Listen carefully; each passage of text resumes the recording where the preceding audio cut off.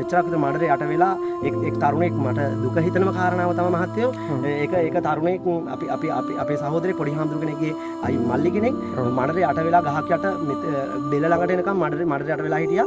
අපි ගිහින් ඒ අවස්ථාවේ කතා කරනකොට යට වෙලා හිටියේ මම ඒ වෙලාවේ මමයි නිරන්ත හදිසි වෙන්න එපා ඔයාව ගොඩට ගන්නවා ඔයාට පණ දෙනවා කියලා කතා කරලා යනකොට එතුමා වචන දෙකයි කතා කරේ මට හාමුදුරනේ මගේ දරුවයි නෝනයි රෑ 12 විතර වෙනකන් මෙතන ආරක්ෂා කරගෙන මම ජීවිතේ බේරගෙන හිටියා මේ ආපු මහා පස්කන්දෙන් බේරලා ගස් ගල් වලින් බේරිලා මේ නායාමෙන් බේරලා හිටියා 12 මාර විතර වෙනකොට විතර සාමාන්‍යයෙන් වෙනකොට කවුරුවක්වත් අවිව බේරගන්න කිසි කෙනෙක් මෙතෙන්ට ආවේ නැහැ.